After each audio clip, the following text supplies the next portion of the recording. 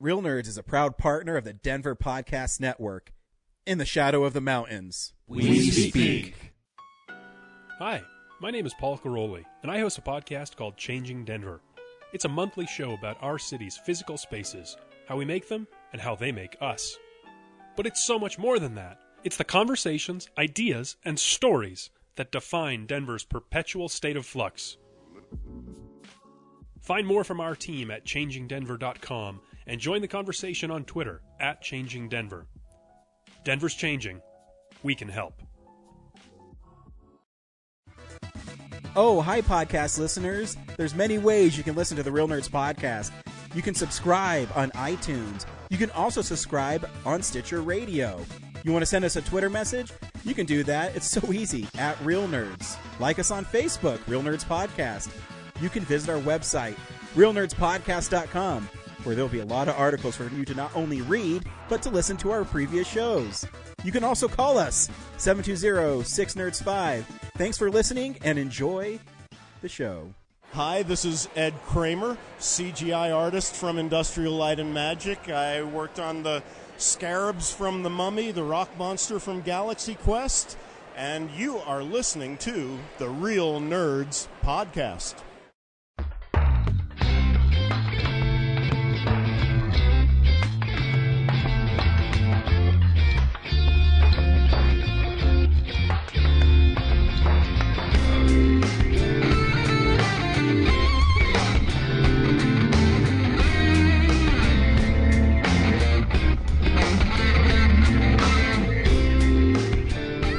Welcome to Real Nerds Podcast, unofficially the official podcast of Denver Pop Culture Con.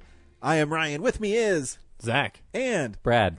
And every week on Real Nerds Podcast, we go see a new movie and we podcast our experience of the world. This week we saw Overlord.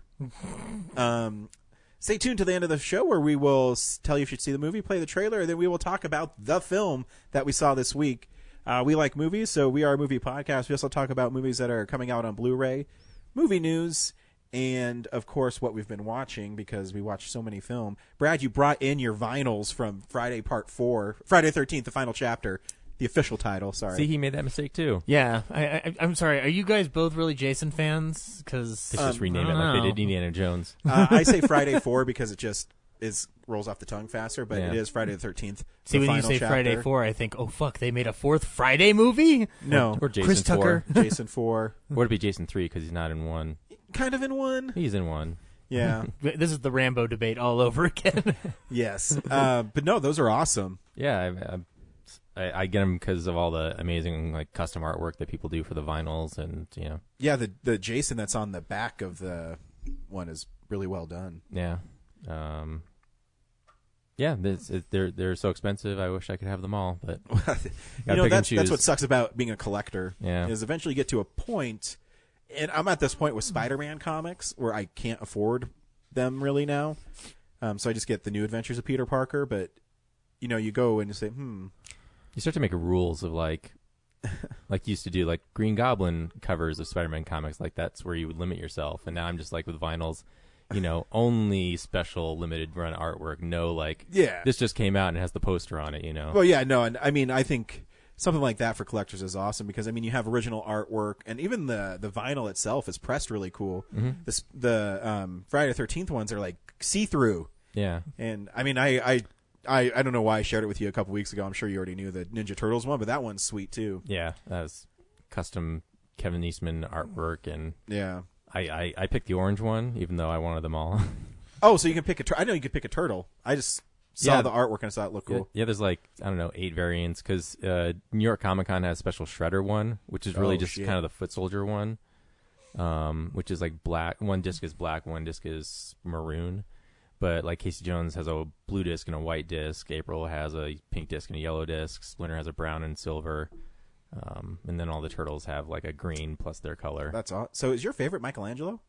Growing up, yes. Now I'm just kind of they're all my favorite. Gotcha. And when I was a teenager, Raphael's my favorite. So I just because he was the rebel. Yeah. Yes. He had the attitude, brooding attitude. I always like Donatello.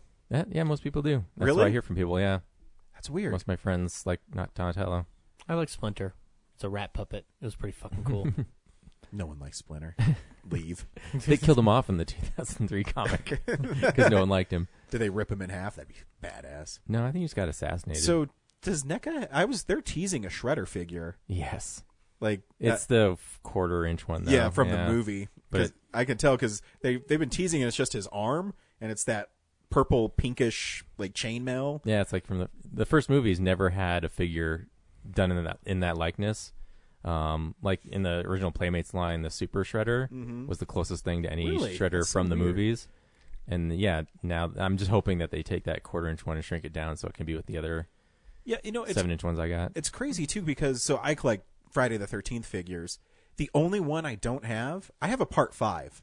The only one I don't have, I have 2 Part 5s. I have a Roy Part 5, which is the fake Jason, and then NECA about 2 months ago released Nightmare Jason, so the real Jason, and it's a badass figure. It comes with like a Jason that has worms coming out of its eyes head. I did not use the one that has like the axe damage, but so they're releasing in February, I think it is the Ultimate 2009 version, which comes with the hockey mask, sack head, and then without a mask and a couple weapons. I'm like, that's cool. They've never done a Part 8. I've never seen a Part 8 Friday the 13th figure. Manhattan? I'm sure they'll get to it.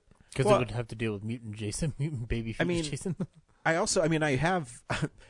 hardly ever get lucky with toys. I used to when we went to go to Starfest. I'd always find like some rare action figure. But I got this really rare Jason, Uber Jason from Jason Goes Jason X at, where did I find that at? It was like $12. And it's a really rare figure, but it's badass. And I have that. I don't have Part 8, though. The Part 8 one should come with a barrel of toxic waste. Fucking A, it should. And then the frog face would be sweet. Should have a sticker with the... And then it also has like the weird like naked boy like at the end. Well, I guess he's not naked. He's wearing like whitey tighties. Yeah. And when Jason melts away. Oh, that's right. Yeah, he's not immune. He's just, it's to symbolize that he's been cleansed. You want to hear something crazy about that film, too? It's the longest Friday the 13th by like 18 minutes. It's an hour and 52 minutes long. I was rewatching the special features because the DVD box that I had years ago, and yeah, they're talking about how what the plan was for that movie about being in New York, and then the budget came through and just hacked it down to that ship, and they couldn't even get the big enough ship that they wanted, I know. So they just film it all in wide angles, and they cut off half the ship all the time in the shots. Yeah, I feel for the director and writer of that because he gets a lot of flack because I don't think it's the worst Friday the 13th, but. He gets a lot of flack for that, but he didn't get to do what he wanted. He didn't get to do good. The reason that nope. Because what did you want to see? You want to see Jason walk around New York and kill people? Yeah, I think they said they only shot 2 days in New York. Yeah, like one in Times Square and then one in some alley or something. Yeah, there's a really cool thing when Kane Hodder's talking about people cheering him when he was walking through Times Square. Just him looking at passersby and whatnot, just staring them down. There's a great. I think I talked about it a couple weeks ago on AMC. They're doing the history of horror. Eli Roth. And they did a 2-part slasher, and it's pretty cool. And the opening credits for that are really amazing. I want to. I think you can watch it on demand now. I'm waiting until all of them are released, and then I'll just binge them in a row. Binge it, nice. Because that's how I did it with Secret History of Comic Books, Robert Kirkman's thing. And then James Cameron did one on Sci-Fi, which I haven't seen yet. But yeah, no, they're cool. Is it just him being a jerk? Robert Kirkman or James Cameron? No, James Cameron. Like I said, I haven't seen it. I just know that it's there. It's one of my favorite special features. If you get the Alien Anthology or the Quadrilogy, the massive DVD set, and they shrink it down to like 4 Blu-rays. But they're interviewing Sigourney Weaver, and they talk about she talks about how much of a fucking dick he is. But she still works with him, so I guess Apparently, she's coming back for those Avatar sequels. So I don't know how they're gonna. Does anyone else not care about those? We were talking about the titles last week. Like, I could give 2 shits. Every time I see something about Avatar, I go, oh, yeah, they're making more of those. I saw one person cosplay as one of those blue cats at Starfest once, and that was it. Excuse me, they're called Na'vi. Okay, I didn't see they're the blue movie, cats. So, yeah. I'll say this. The more interesting thing about Avatar for me is rewatching that documentary that they put together on how they got the technology down to do it. The movie itself, I haven't even revisited, so, those documentaries that Cameron puts together, regardless of his demeanor, he can put together a mean. I think his movies are documentary. fun. Yeah, he's just a prick. And I'm not saying that That's Sigourney Weaver. Okay, that's not Ryan Frost saying it.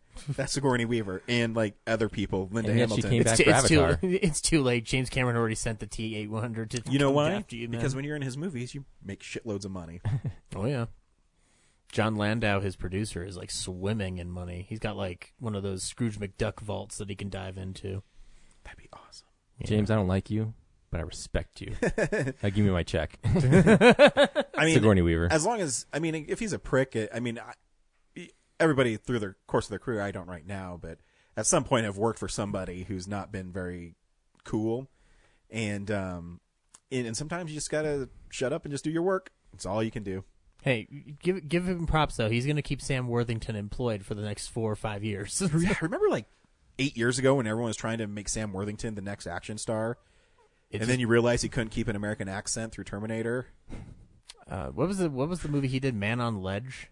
Oh. I think it was like, I don't know. It was like Man this on a weird Ledge. Yeah. Man on a Ledge. Yeah, it was just like this weird January release, and I watched it. And I'm like, I don't know. I don't see him coming back for more stuff, but he's fine. No, He's not People always say terrible. that, but then when you go to their IMDb page, it's like television appearance, Yeah. television, like indie movie, and you're like, oh yeah, they're still working. Oh, I Yeah.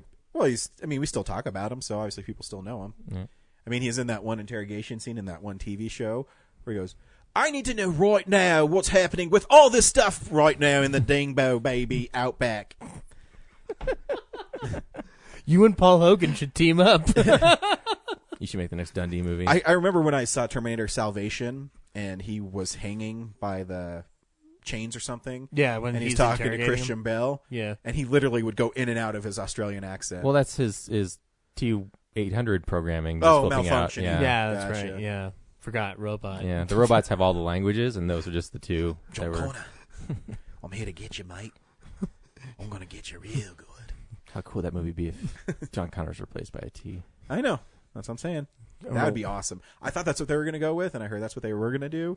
Because nothing would be cooler than that's why he's unbeatable and why he can defeat the Terminators is because he's actually He's a one of Terminator. them. Yeah.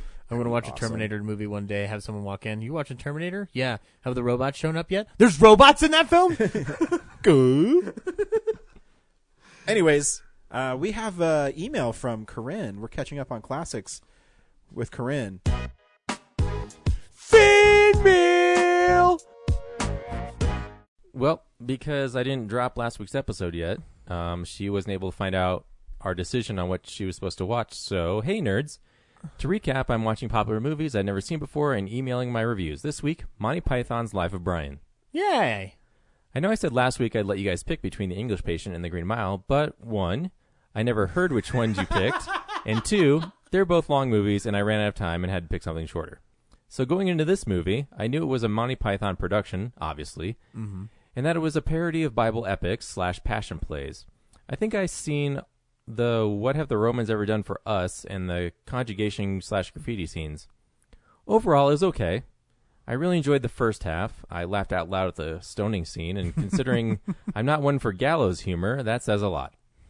And I laughed so hard at the Caesar Augustus Memorial Sewer, I had to pause the movie. But once it takes up the Brian as the Messiah angle, I definitely felt there were parts of it that would be offensive to Christians. Yeah, that's the point.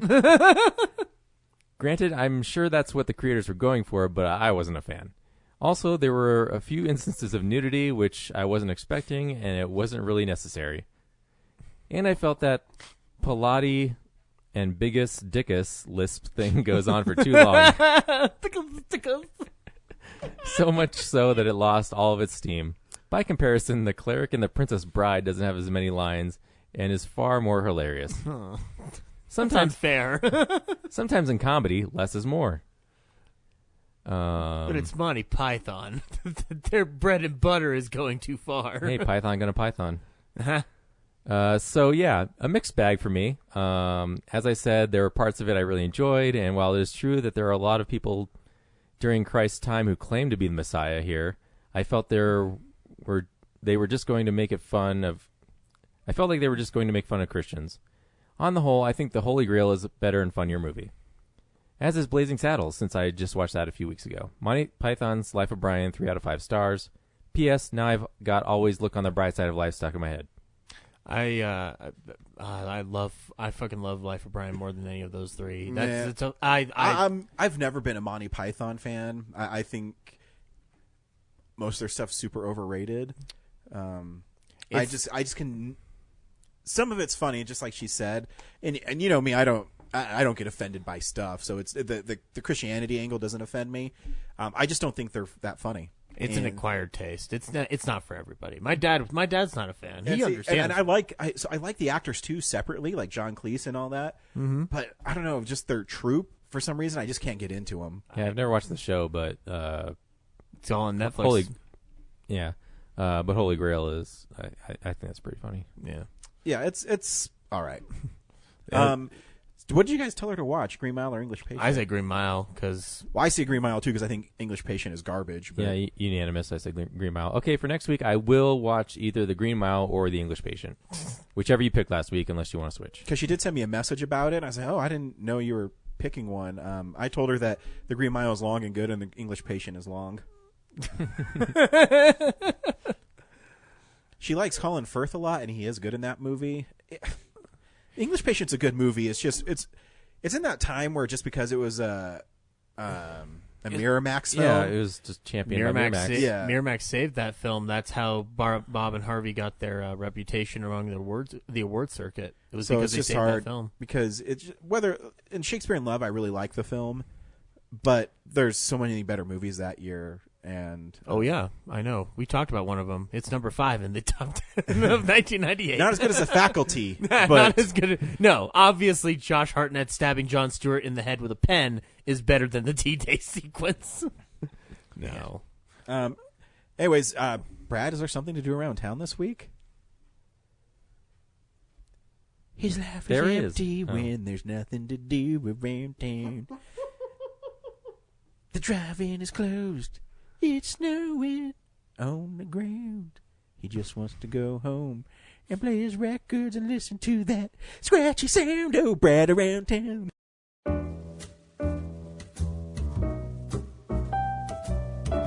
Hey, film buddies, follow me around Denver.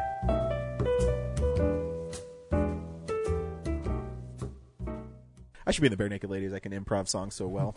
Brad. Oh my God, is that Ryan Frost of the front row? Come on stage. All right, we need you to create a new song for the Bare Naked Ladies, Ryan. Chicky the Chinese chicken. That's our song, you piece of shit. Get off stage. They throw him back up. I love you guys. Wow. No, they throw me off. It'll be like Shaun of the Dead, where that dude decides he's just going to go out and I just get ripped in parts. That's better than mine. Mine was just thinking Jazzy Jeff from Fresh Prince of Bel-Air. This week at the Esquire, the midnight movie is Mandy. So if you didn't get to catch that limited run at the Alamo, you have a midnight. You guys didn't really instill me with passion to see that film. You don't need it. I think because we know you. I think you just need to know it. So it's at Redbox. So $1.29. That's when it's worth it for you. I think that's a fair sacrifice. All right. I had no problem spending $12 on it because I enjoyed it, but you know, it's not for everyone. It's not going to be for everyone. But if you possibly want to like lull yourself to sleep, like that's a good dollar spent. If you want to lull yourself to sleep to that demonic Johann music, which I guess it was his final score actually, before his death last year. So if you have an insatiable, so you're saying Mandy is so shitty it killed the. It's not. Yes, it killed the composer of Arrival. It's not shitty. It's just it's a very specific taste. Like I was gonna say, if you have an insatiable bloodlust and you want if you're looking for some creative kills, that's what oddly enough entertained me enough in the movie. Like it's brutal. Like I mean, there's that chainsaw fight. Have you ever seen a chainsaw this long? It's just a chore to get there. Yeah, it's so slow. Like, Richard Brake in that movie, man. Yeah, he plays the doctor in that one scene where he goes like to that lab to visit him, like because he's going down the rake. But that's the guy from 31 who is the standout in 31. Yeah. 31's garbage. Well, yeah, but Richard Brake's character in 31 is pretty interesting to watch. By the time this airs, the Denver Film Festival will be over, so I guess you missed that. Open Screen Night returns for a final open screen night, Showdown. November 27th. So don't submit early, just bring them to the theater. with $5, and we'll play everything we get until it's over, and then we'll have a funeral for open screen night. Sweet. Are you going to have a casket? Yeah. You're going to set the casket on fire? We are. Nice. Oh, really? We have a big projection screen, so I'm going to project flames behind the casket after I bring a torch out on stage. I was going to be like, wow, Alex is letting you do some crazy shit in the theater. No, I don't want to risk bringing down the bug. After all the work we've done to keep it open. Brad! And then we're kind of organizing a Real Nerds Black Friday. So we'll tell you more about that, but in the next future episodes. Maybe tell the host of Real Nerds about it. Oh, by the way, yeah. No, it already happened. I was missing someone like staying up. Like, you should totally shop local, by the way. But we grew up like spending Black Friday evenings like bumming around Colorado Mills Mall. Mm-hmm. And Best Buy actually has some really awesome deals this year, especially on 4K Blu-rays and regular Blu-rays. Mm-hmm. So Zach was wanting to do Black Friday. I was like, oh, I want to do it too. So I was like, oh, we should just make it an event. So we're trying to put something together that's like, hey, come hang out with us. Nice. Yeah, stay up all night. Fun. Yeah. Or most of the night. I don't know. I'm 36 now. It's not as easy to probably just walk around Best Buy and then fall into a pile of PlayStations. Home from Montana. It was like 4 a.m. I think I drove through like fields and stuff. I don't know. You get to a point you don't even remember what you're doing. Just anytime I see Brad starting to sleep, I'll be like, "Wake up, old man!" Just imagine you like Homer on The Simpsons, like you just fade into like the car rising up and then turn into a bed, and then you're actually like dragging a bunch of what's that Family Guy joke where he's like, where Peter drives home drunk and he's. And then he gets home in the morning and he's watching the news and it says, someone ran over these kids at the playground. He's like, I was there. And you look out to his car and there's like blood and like the playground everywhere. Which, I got really depressed. I pre-ordered season 16, 17 or whatever on Amazon and they sent me an email saying they can't fulfill the order. Yeah, it must be a Best Buy exclusive. No, I think they delayed 16 again. When you click on Best Buy, it still comes out in December, and the cover art was different than the one Amazon had. Anyways, it makes me sad. It just made me think of the time Peter's driving drunk, and he like steps into the car, but you can't see the floor, so he's like, you see all these beer cans being hit by his feet. Yeah. Peter Griffin. Yep. And that's what's going on around town. Movies are coming out on Blu-ray and 4K Ultra HD. And Zach has them up, so we're going to turn it over to Zach, and he's going to tell us about which movies are coming out. DVD releases and Blu-rays. Thank you, Ryan. So right off the bat, Criterion's putting out Some Like It Hot. I know we're all fans of that film. It's a great film.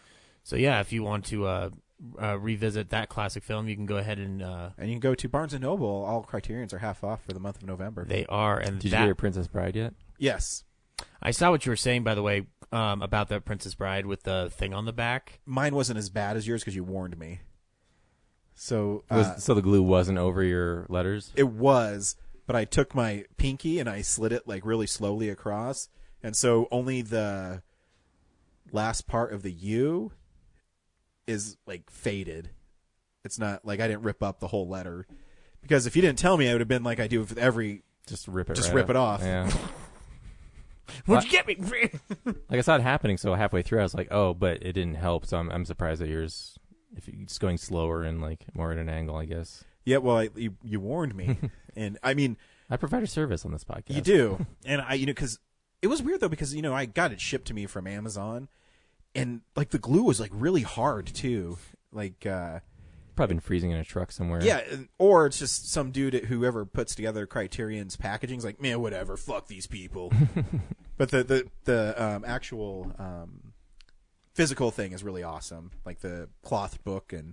Yeah, online it didn't suggest it was a cloth. I thought it was one of those plastic cases, so it's really inspired to make it like a book. Yeah, every once in a while.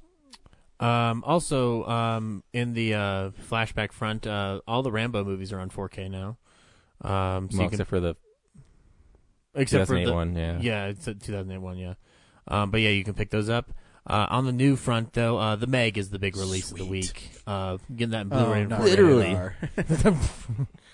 It's a Megalodon Blu-ray thing. Also, Star I don't Trek. even know if that shark's went a while.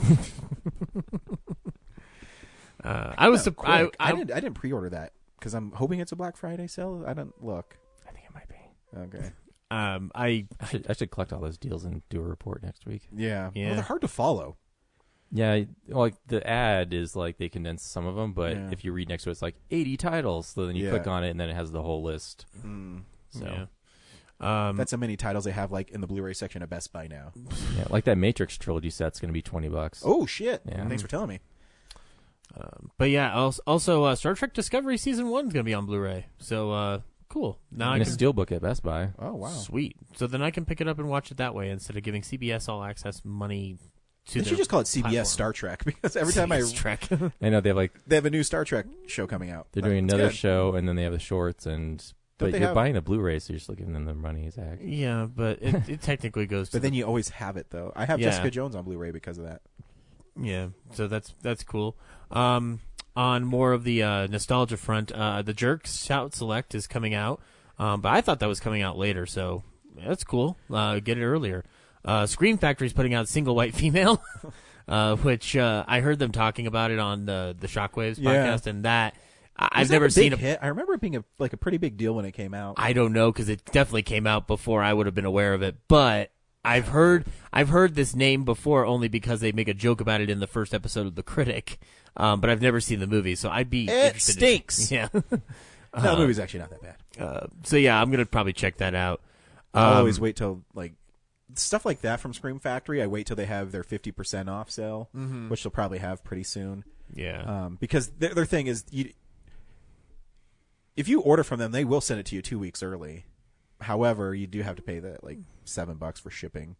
But Yeah. I mean, and sometimes stuff gets back ordered. I ordered Trick or Treat when it came out because I canceled mine on Amazon because I still wanted $35 for it. were they having a fulfillment issue? Because you wouldn't have been alone. Yeah. Oh, yeah. No, so I got Full Moon High when I ordered it with it because it was like buy one, get one 50% off. And they shipped me Full Moon High like in a day. But then freaking Trick or Treat didn't come until like 3 days ago. Took almost a month. And they sent me an email saying it's one of their most popular titles. Yeah. And so they had to like I mean, create more. They're like any company. They're not above having any shipping No, issues. I don't really give a shit as long as I get it. And they're nice people. Yeah, no, I agree. Fantastic. Also on the shout front, Dances with Wolves is getting a steelbook release, and they actually packed this version of Dances with Wolves with new shit. I have Dances with Wolves. I'm pretty sure I got it for like $2. But you probably only have the director's cut. Exactly. And I'm like, man, I kind of want to see just the theatrical because the director's cut, and I really like the film. I think the director's cut is almost 4 hours long. Yeah, that's a commitment to sit through a film. Well, this new release apparently does have the theatrical It cut, does. I was so- looking at, and it's a steelbook too. It's a cool steelbook. Yeah. Also on the new front, though, Mile 22 with Mark Wahlberg. You can get that movie if you I didn't ran see 22 miles. it. If I go to 23, we get a sequel. He was a single father running a marathon. You don't understand. I just got to get to the end. You guys don't understand. You don't understand. I got to go the extra mile, don't and then do good 21 walk, more. An assassin killed his child at mile 22. I like him when he's with Peter Berg, though. I still haven't seen that Deepwater Horizon movie yet, but I do want to watch it. The Bogart and Bacall collection of 4 films is getting a full-on Blu-ray release, which is nice because they've only had the individual titles available on Warner Archive. So Bogart, that's one suave motherfucker. I know, you're damn right. Not as suave as, Cary Grant, but still a great actor. Well, they're different beasts. Cary Grant's like sophisticated and charming. And funny. Bogart's a rough, tough He's rough. son He of a gun. smokes. Yes, I do, Ryan. I do. That's Cary not a Grant does too. You realize that when you watch movies from the 40s and They're smoking late all over the 30s, fucking 40s, place. It's just, I'm pretty sure there's just someone walking around with cigarettes all in his mouth, and It's all to balance out the uppers and downers that the studio is feeding them to stay awake. I am having lots of fun watching those old movies though because it's movies they would never make again, and because a lot of them have to deal with status. Yeah, it's a And classist. It's a class thing. Yeah, It's fun. well, and that was the big topic of the day at the time, like the Great Depression, the rich versus Oh yeah, the poor. you got to in Holiday, all Cary Grant wanted to do was live his life to the fullest. Yeah, which you still kind of have those films. Katharine Hepburn wanted to live with him.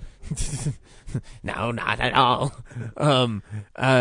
Yeah, so I'm going to pick that up. On the new front also is Alpha, that wolf movie. I don't fucking... I heard it's actually not too bad, and I think the director's a pretty good director. I thought it had a really good opening weekend. And Yeah, just fell off. it cost like $50 million to make, too. Jeez.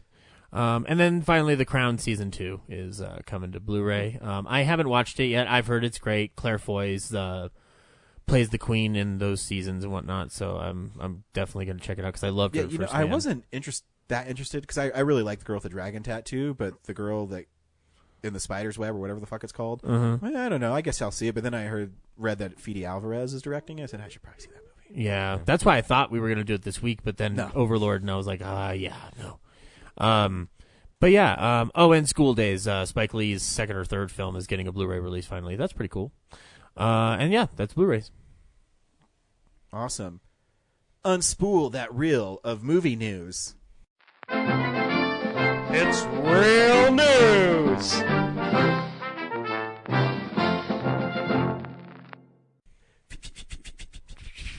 That's what happens when the reel is done spinning. I know what they do. Just a quick shout out to You're winning. Oh fuck! That'll change. Scott Derrickson, he's a Denver native, and his house burned down in the Malibu fire. That stuff's bad. Yeah. So all those people out there affected, get to safety. Homes can be replaced. You cannot. What a way to segue in, because one of the things in the news is yes, and please, SoCal residents, please stay safe. Yes. The Paramount Ranch, which was a location for hundreds of thousands of media products, burned down in the That's fire. sad. Which sucks. Like, that's where you got Gunsmoke, OK Corral. I hate when I'm history. sure they have good insurance though. Yeah, but you can't yeah. replace the history. Yeah. No. It's similar to when like MGM had their fire and whatnot, and then like you lose a bit of history and But stuff. again, you can always rebuild. Every You studio, can't replace people. I think the only studio that's never really had a fire is Warner Brothers, and maybe Disney. But like Universal's had one, MGM's had one, Paramount's had one. RKO didn't have one; they just went out of business. They had a fire sale. Hey. Smarter than me. Damn it. But yeah, no, Record and and also within that news also is like Guillermo del Toro, apparently his fucking house, he had to be evacuated. So Yeah, just get out. yeah, no, yeah, and it just safe. fucking sucks. On to more traditional news. Harrison Ford doesn't want Chris Pratt to be Indiana Jones. Wow. He just Well, I mean, I guess he's still being Indiana Jones. I guess until he wasn't want to be Indiana Jones. the quote is, "I think it's him or me." So I hope they fight to the death. That'd be sweet if Chris Pratt was the villain in it. Ooh, I like that. I don't know. Someone's running around impersonating Indiana Jones and smearing shit. his name. Like Mysterio does to Spider-Man. We got a copycat on our hands. I get where he's coming from. I mean, eventually he's going to have to come with terms that they're eventually going to redo it. I mean, they recast Solo, so Yeah. but I still want to see him as Indiana Jones. Remember Just wheeling around a nursing home, Yeah. trying to find the Holy Grail. That'd be awesome. We found it, Indy. That happened a while ago. You just have dementia. Indiana Jones and the dementia. Indiana Jones and Shutter Island? Oh shit, we're getting a lot of emails about dementia right now. They'll Hang forget. Yeah. Guys, we're canceled. Yeah, the podcasting community said no more. Filmstruck, the streaming service that was doing the Criterion Collection and a couple of other things with Warner Media, the plug was pulled on it, and so it's going to be ending by the end of the year, I believe. But there's petitions out there to save it, with Barbara Streisand and Guillermo del Toro pushing for it to not go away. I always, every time I hear something's dying streaming wise, I think of when Mario dies in Donkey Kong, where it goes.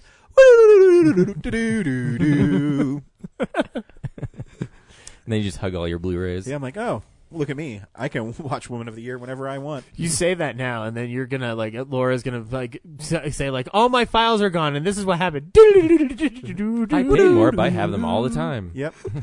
oh man, what can I do? They took movies off Netflix. I don't know. Go over to my wall and pick it up and watch it. Just use that noise. No, then it's just the one up. But yeah, no. I wish we were still making skits. It's the whole argument comes down to like trying to. We're digitizing these older films so that they are archived in the current backup format, but reasonably they need a place to exist, unless of course you're talking about Amazon purchasing them like $2.99 a piece. But I got to be honest, like if they were going to keep that service around, they needed to change their players and update their site, because I tried Filmstruck and that player didn't fucking work, and everything's updated on my computer. So they need to figure that out if they're going to keep it. But it sounds like Warner Media has already said what they're going to do. It. You got to make money off of it. That's another thing too. And I think Criterion's bread and butter is always going to be their physical media. It's never going to have any impact on their streaming capability. Avengers 4 is 3 hours long. So yes, currently not long enough. Good. That's what she said. Yeah, Anthony Russo, one of the Russos said the running time is 4 hours, or at 3 hours. We'll see if that holds. So, do you think Criterion will jump to 4K Blu-rays? I don't know if they can afford to. That's what I'm wondering. I mean, you think they would, because if they're trying to always provide the best version of a movie out there. Yeah, I don't know. But it'd be expensive to. It is. There's some films. I mean, like I have some older ones on 4K, and some of them look really good. The other ones, like Jurassic Park, isn't that much better. I think ultimately, though, dude, like they're expensive as it is. They put 4K discs in there, they start getting out of control, ridiculous expensive. Yeah, and I mean, I guess Criterion's are already what, $35-$40. That's a minimum. But that's also the price of like Blu-rays when they first dropped in the scene too. So like, but even when you get, but some of these are ones that you probably already own on Blu-ray anyway. Yeah, but I also own them on DVD. So. Yeah.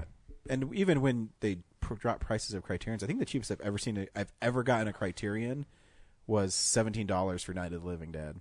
Mm.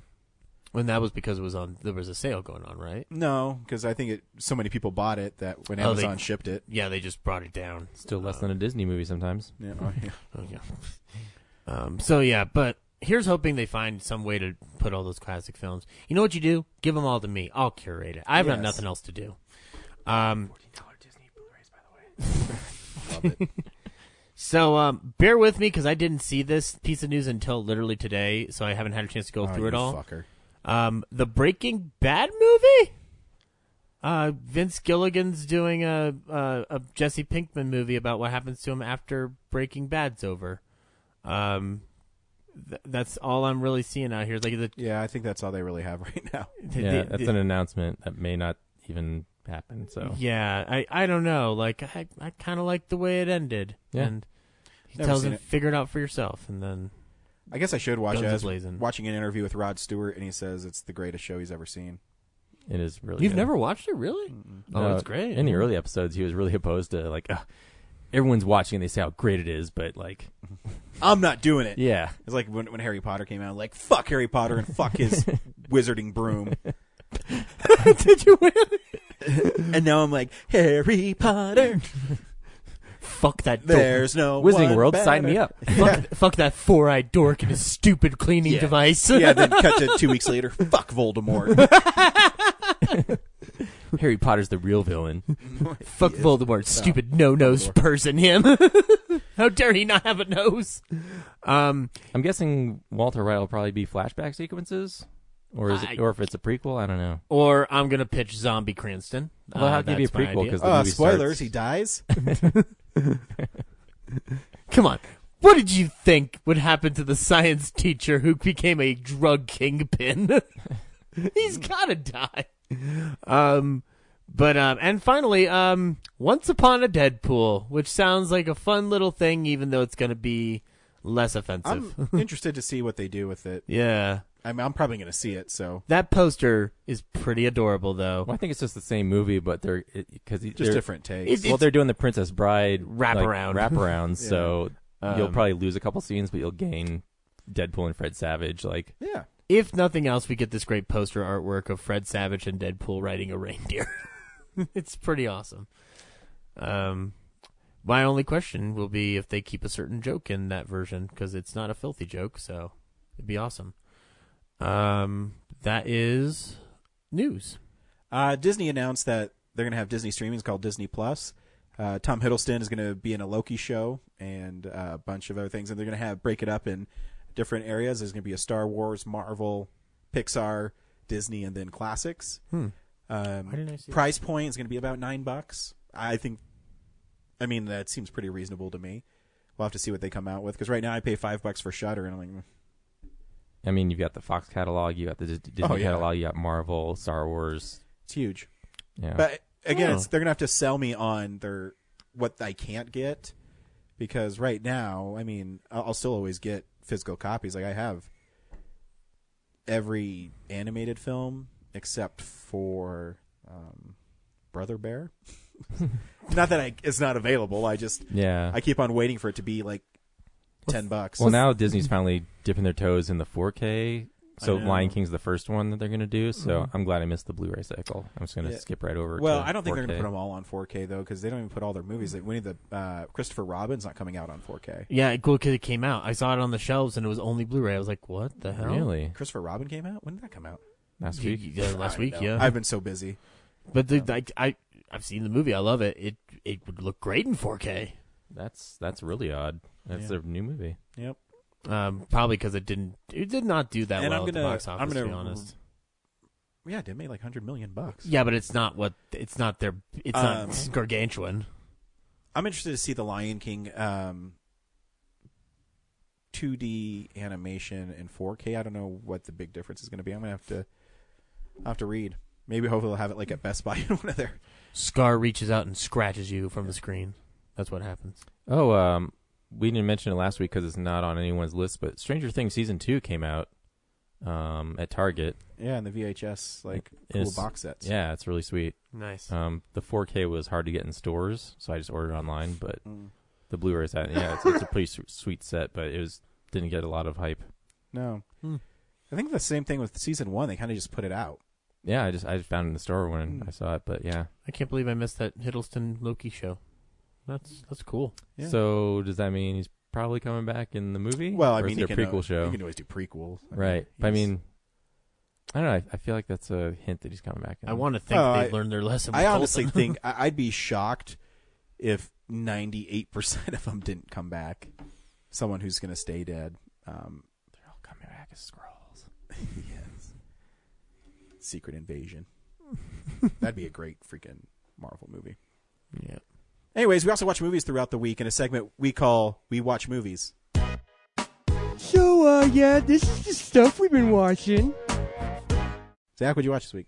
Not a whole lot, actually. I've just been binging Mystery Science Theater 3000 because Brad and I are going to the live show on Tuesday. Oh, nice. Oh, shit, I'm going to the live show on Tuesday. Yeah. But I was rewatching them. I've actually been watching a lot of later Mike ones with Pearl Forrester and not Clayton Forrester. And those are still fun. Space Mutiny is the silliest one I saw of the bunch. I hadn't watched it in a while, and that thing's pretty ridiculous. And Fugitive Aliens also pretty bonkers. I like it when they're laughing at the movie and not even making jokes. Sometimes they're just giggling at how ridiculous this is. Fugitive Alien is the one that looks like it was made by a group of renegade filmmakers, and it's pretty silly. Did they put those out on Blu-ray, or are they still only on DVD? They're only on DVD except for the new season and the movie, which kind of sucks, but because the sets are really expensive too. I don't know what it would do at the end of the day. Ultimately, with Blu-ray. No, I get it. I was just curious. Yeah, because it's like it's different with the new stuff because that's already shot in HD. But yeah, no, I mean, Fugitive Alien has have you seen it in a while at all recently? No. It's like basically like cyborgs kidnap dinosaurs and humans from the past, and they train the dinosaurs to track down the humans if they don't do work. man comes down to Earth and like it tries to escape the cyborgs and the dinosaurs. And these dinosaur puppets are looking like they came out of a fucking warehouse store, or like a costume store. And one of the jokes that made me laugh my ass off was like, he was the king of Hollywood. Now Spielberg won't return his calls. So yeah, those are fun.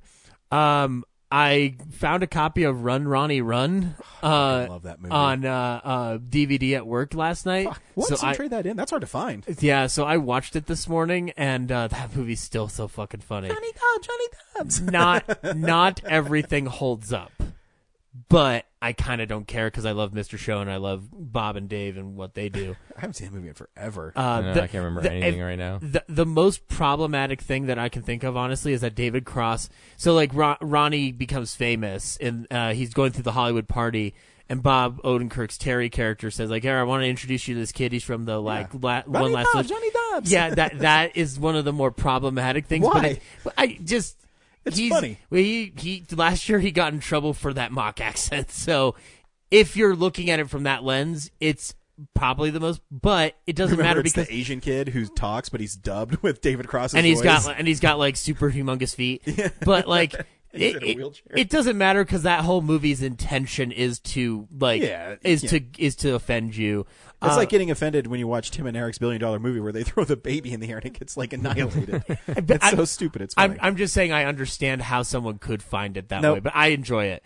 The funniest one of the funniest things is like when he finally meets the beer ad girl, and they start developing a relationship.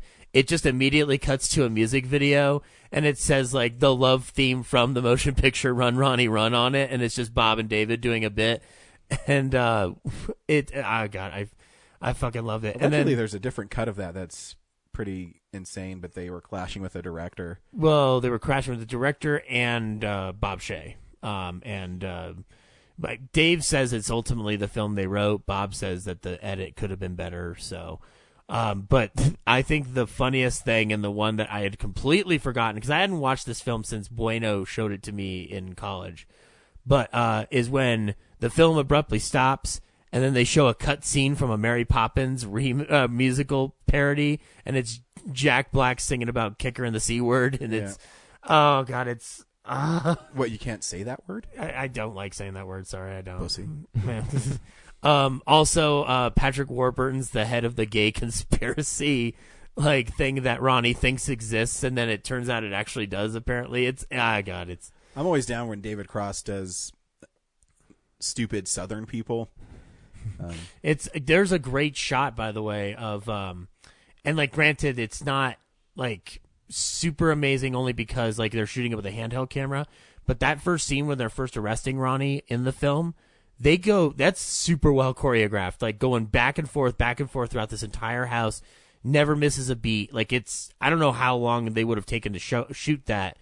I guess given the fact that it's supposed to be handheld cam, you can kind of get away with certain things and cut corners, but it looks beautiful even on DVD. So, it's a pretty ambitious shot for a film that probably cost like, I don't know, like a box of cookies to make. So, and that scene where they're all at the party and they have a bunch of celebrities, like Trey Parker, Matt Stone are in that movie, and Trey Parker's just got a ferret in the wheelchair, a piece of shit.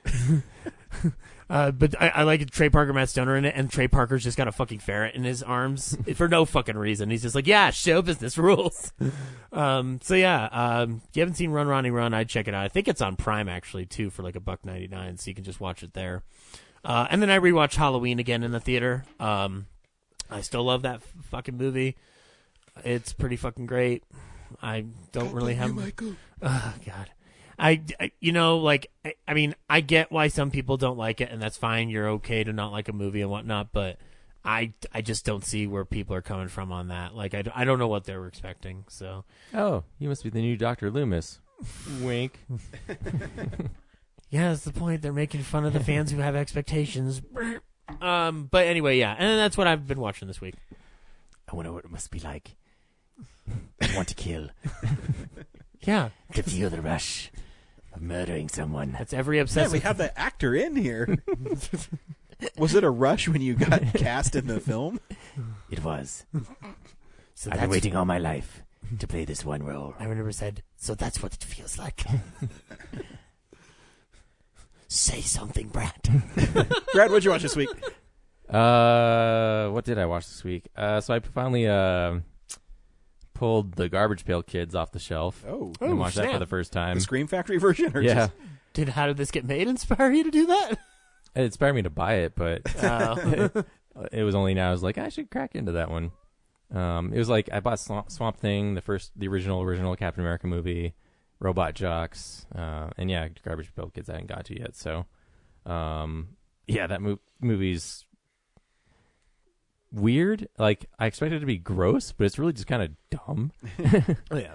I mean, yeah, the characters are gross, but the plot is they get released from a garbage can that a magician, like a guy who runs a magic shop, is like imprisoning them in, and they escape, and then doesn't know how they were imprisoned there in the first place, so he has to like research the spell to put them back in. Like, you forgot it? And he's not a very good magician, okay? Yeah. He's not David Copperfield. And then, I don't know, I couldn't tell if it was his kid or someone else's kid, but it felt like a very Marty McFly, Doc Brown relationship. I gotta tell you, Doc, I don't know how they got out of this garbage pail. Pretty much. And that kid has a crush on, like, an older girl who hangs out with a bunch of Biff Tannen groupie. Yes. There's a lot of Back to the Future style. I haven't seen this movie in years. I don't remember it. Yeah, and actually it comes out in 87, so they probably did, like, hey, Back to the Future's popular. It's like ape all their stuff.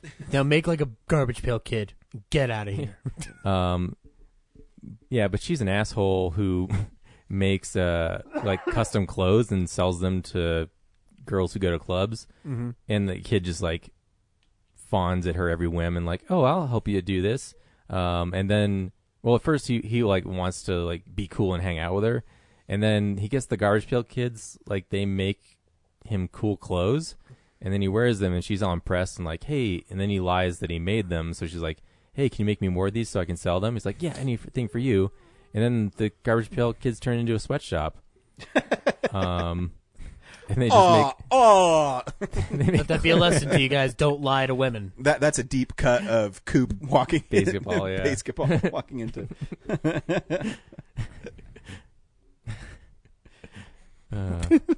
Yeah, yeah. So they make the clothes, and then he finds out that she's really just kind of using him, and then got the Garbage Pail Kids. Oh yeah, there's this there's an asylum for ugly people.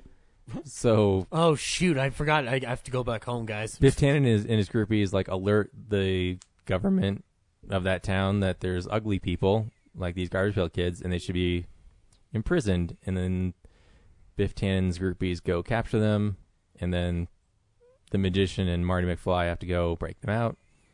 And yeah, that's the movie. I'm like, that is not the plot that I would have expected from a Garbage Pail Kids movie. This has like one of the lowest ratings I've ever seen on IMDb. And the opening credits are a garbage can floating through space like a satellite, and then the lid will open up and the cards will just fall out. And introduce it goes on for like an hour. Yeah. Into me. Any Dave Matthews Matthews fans out there? No. Circa 2002? No, not circa then, not circa ever. Crash can. Yeah, so that's the Garbage Pail Kids. I'm going to put on my Instagram bio now, Institute at the Ugly Asylum. Yeah. As they float through space, they crash into me. It's the band riding the trash can of the space. I got my Batman Animated Series Blu-ray. Oh, me too. Hot damn. They look great, although they didn't clean up any of the dust on the cells, so there's a lot of flickering. I noticed it more dust on the title cards. Yeah, like the only thing they cleaned up is that one little white spot on Batman's face in the opening credits. But yeah, like there's tons of like hairs and white dots on everything else that like flicker back and forth because the cells are changing. Yeah, man, all this looks good. What the fuck is that I white will spot? say what I like about watching them is the colors are way more vivid. And it's sharp. And it's sharper. I can live with the flex and stuff. I don't care. Yeah, it's fine. I mean, it's a testament to how like how the clarity is. Like, it shows you like that level of detail. Like, the DVDs were just kind of muddy. Yeah. But the fact you can see like the hairs on the cells, like, yeah, it's a little annoying, but it's like that's how like what it actually looks like. There's no digital noise reduction. Although it feels like the letters are probably like a little, because they're a little more rounded than sharp. So, but still, it's a great set. Oh yeah. Although that it exists is. I never thought they'd ever get around to like upgrading that, because I thought the DVDs didn't sell well, but clearly the Blu-rays sold so well that they have to make more. Yeah. I was gonna ask if they were still available because I haven't had a chance to get them yet. I don't know. I got mine from the Warner Brothers shop directly, so I'm pretty sure that's a good way to go. Best Buy is still sold out, so yeah. I saw one at Walmart when I was there last week. I think Amazon released a new link for sets, so, and I think they're numbered. I think mine's like 69,000, so it's pretty close to the end of the run. So I pre-ordered it the day it was available on Amazon, and mine was 46,000. Wow. Although I'm sure like they're not like, oh, the first guy ordered gets number one. Oh, it's yeah, they don't care. Yeah. I always wanted to be that guy, though. The closest I ever got was, remember those Disney tins? I got the treasures? Yeah, for, I think, Mickey and Living Color, I got 27. That's like the closest I ever got to number one. That's pretty good. Were you lifting it up going, well, yeah, because I used to get them at Best Buy. How much have the number on the little thing that wrapped around them? Yeah.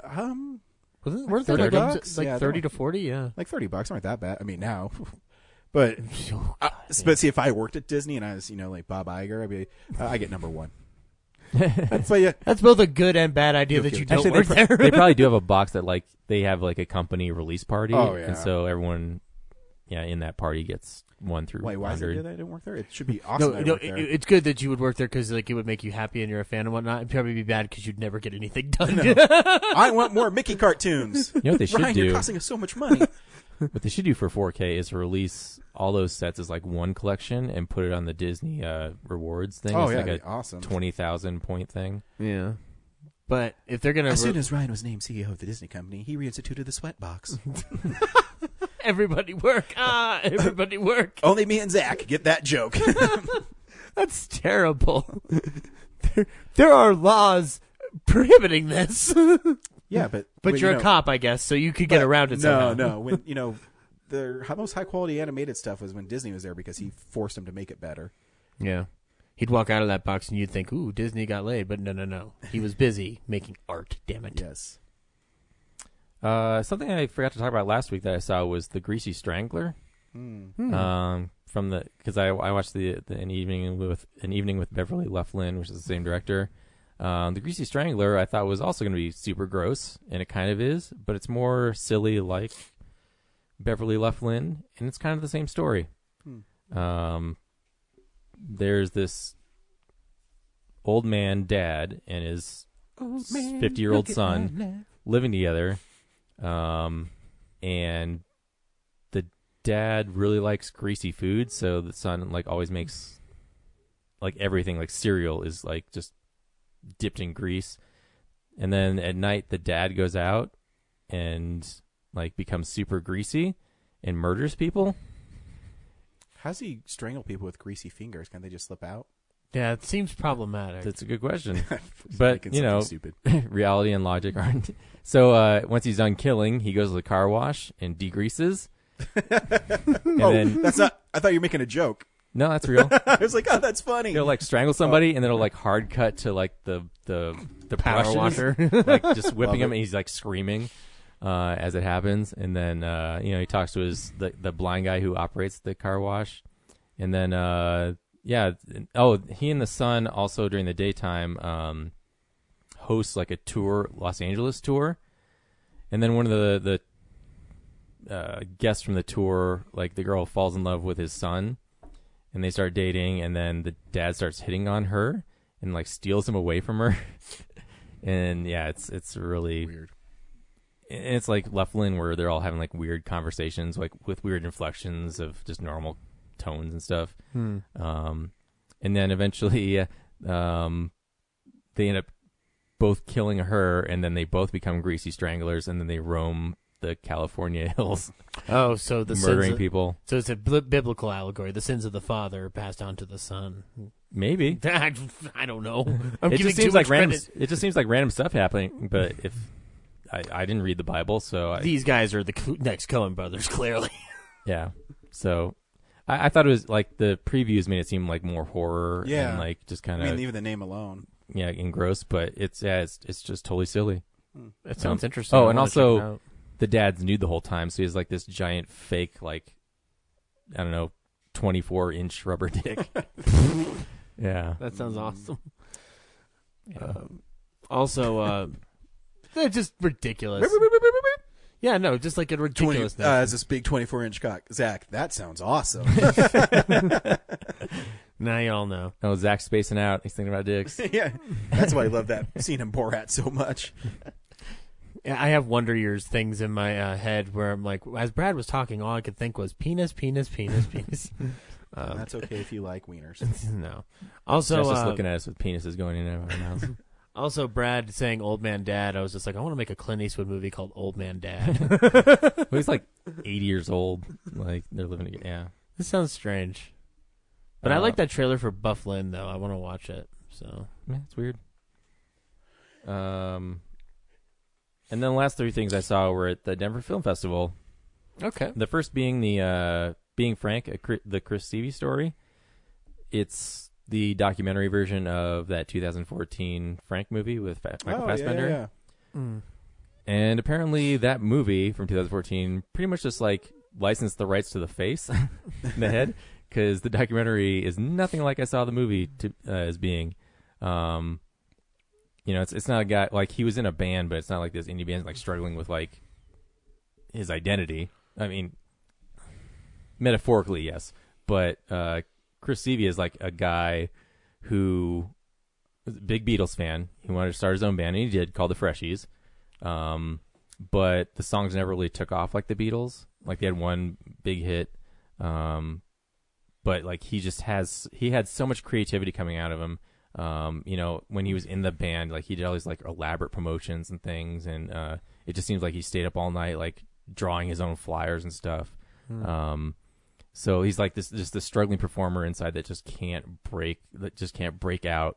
Oh wait, Frank, the one where he puts the thing on his head, right? Yeah, Frank Sidebottom. Oh, okay. Sorry, I was trying to put it together in my head. Never saw the film, but I mean the image of that big paper mache head always made me laugh. Oh, I thought you saw the film. So the 2014 film is a guy who's like in a band and he's afraid to show his face because of some trauma, I think with his dad or something. Like the finale of the movie is like he tries to go home and reconcile. It's been a while. I've only seen it the one time, but I forget like why he can't go home. But he's wearing the mask because like he feels safe in the mask and he can like relate to people in the mask. That's not anything like Chris Stevie's story. Like he wants to be seen. So part of promoting the Freshies, he decides to do this like paper mache head and get on stage, and like it's such a hit that like that personality overshadows his band. And then he gets a TV show or a couple TV shows, and he's around England. He's just like this like celebrity, but he never takes off the mask. So for a while, no one knew who was actually under there. I forget the name of the town or whatever, but they eventually like erected a statue where it's like bronze body, but it's the paper mache head. But it's a sad story because he just day and night has all these ideas and like these really intricate drawings and stuff like stop motion stuff. Like he just wants to get out there, but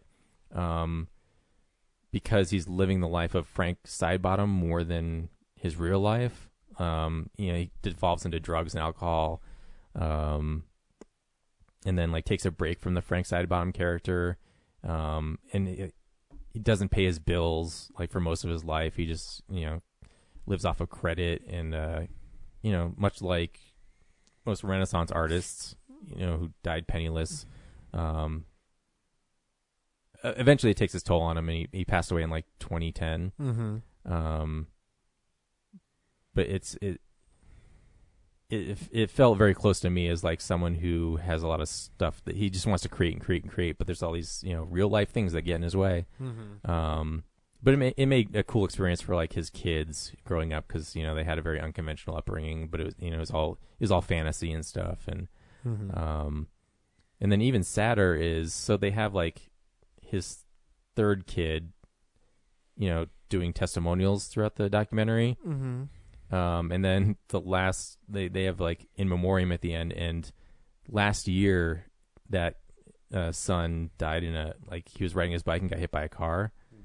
Damn. So, but he was like, there's a cool story in the middle where, like shortly after he was born, he and his wife split up, and then he wasn't around as much because he was doing the Frank Sidebottom persona. And then he came by one time, and his son's like, or he asked like, "What do you want for Christmas this year?" And he's like, "I just want you around, for Christmas." And so Christmas morning, his son gets up and walks downstairs, and his dad's standing downstairs just wrapped in wrapping paper with a cigarette hanging out of his mouth. And he's like, that was the best present he ever gave me. Oh. Like there's a cigarette hanging out as he's wrapped in pin. Yeah. That's funny. Not even in a box, just like human form, wrapped skin tight in wrapping paper. If you didn't know that was happening though, and you hadn't a wish for that'd be the scariest shit to see as a kid. Yeah. Yeah, and at first, like I was watching the documentary, I'm like, this is okay, but once it gets later on towards like the more dramatic stuff, I was like, it might be my second favorite thing of the festival so far. Awesome. And then I watched another documentary called Wax Tracks, or Industrial Accident: The Story of Wax Tracks, which I didn't know was a thing. I just thought it was a store downtown. But these two guys started it on Ogden Street downtown. It's an indie record shop, and they just played all the they stocked all the hard to find like local stuff.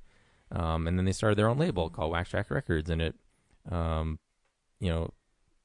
brought on all these like industrial acts, like Ministry, I guess, was something, and then what was the other ones?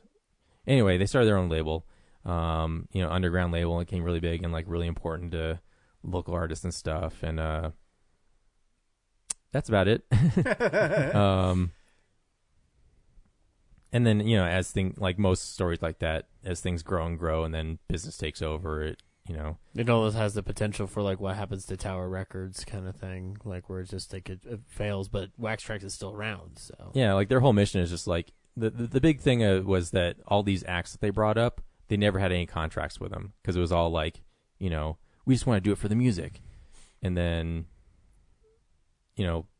they grew and they started doing concerts and tours and things, but no one was smart with the money.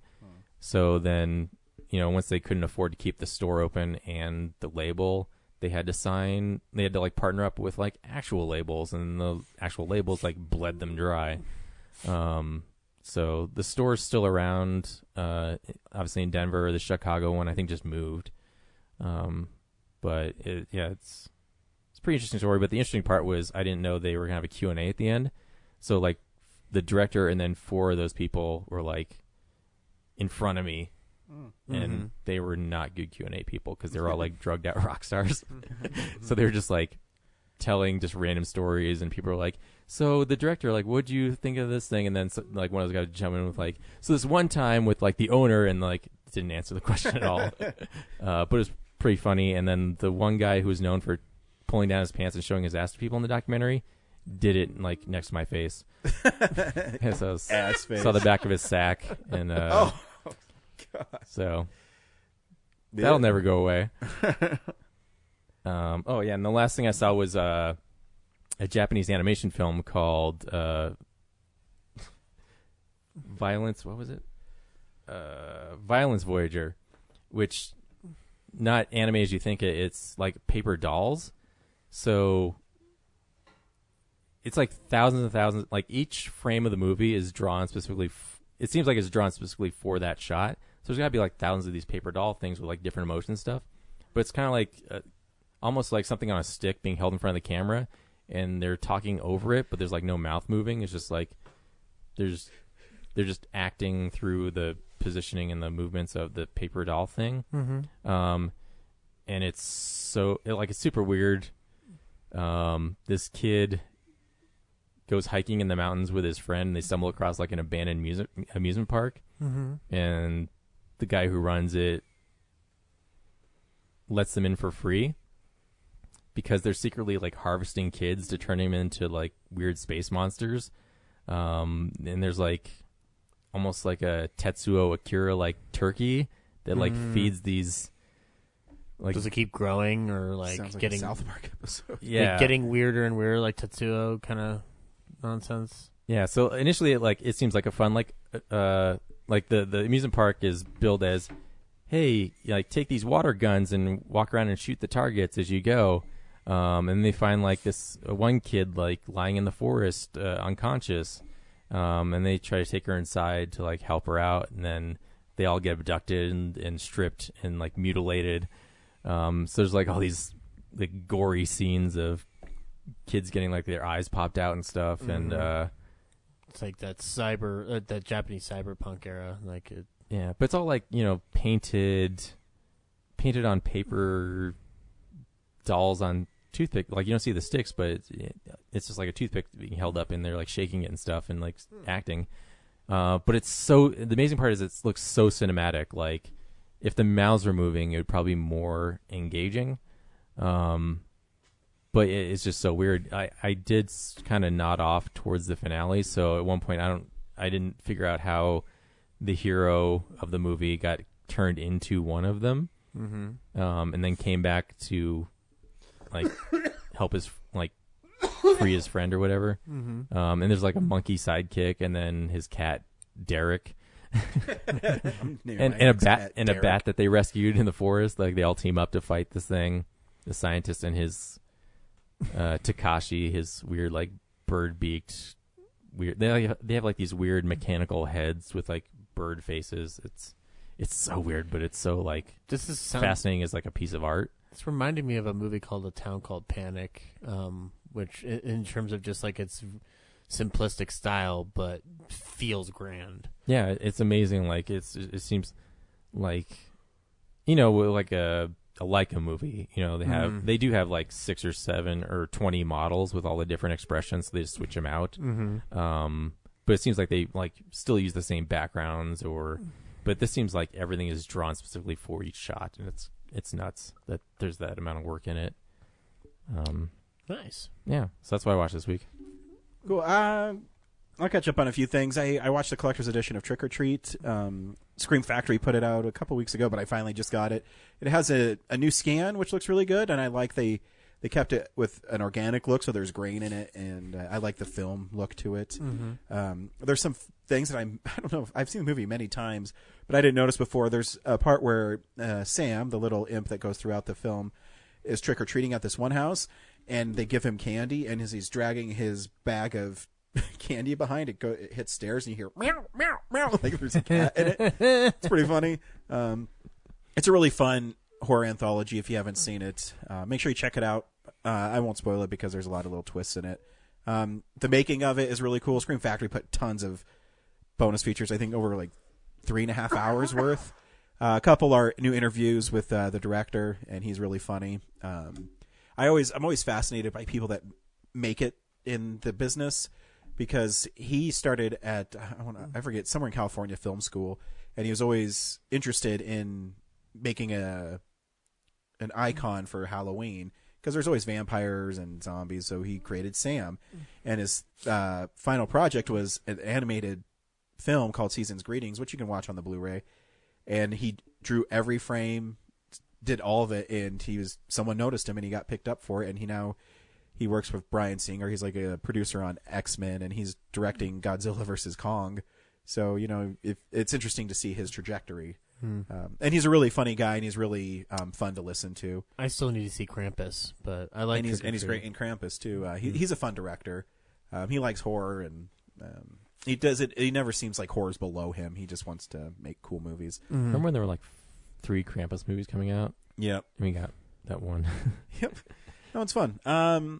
So yeah, I watched that. What else I watched? Sorry, I have a list. Rod Stewart on your phone. I do have Rod Stewart. That's Can't believe I found a Rod Stewart song you didn't have. I know, fucker. No, thank you. What the hell did I just do with this? I watched it's Maximum Overdrive. It's the Green Goblin movie. The Green Goblin movie. Well, that's not all it is. It's also insane. It is. It's is he in it? Well, it's the Green Goblin's face is on a truck. So they licensed the Green Goblin likeness from Marvel. Yeah. So in the movie, the production designer put the Green Goblin's face on the truck. Yeah. Like, not like, hey, I thought of this green thing with a purple hat. No, it's straight like Green Goblin.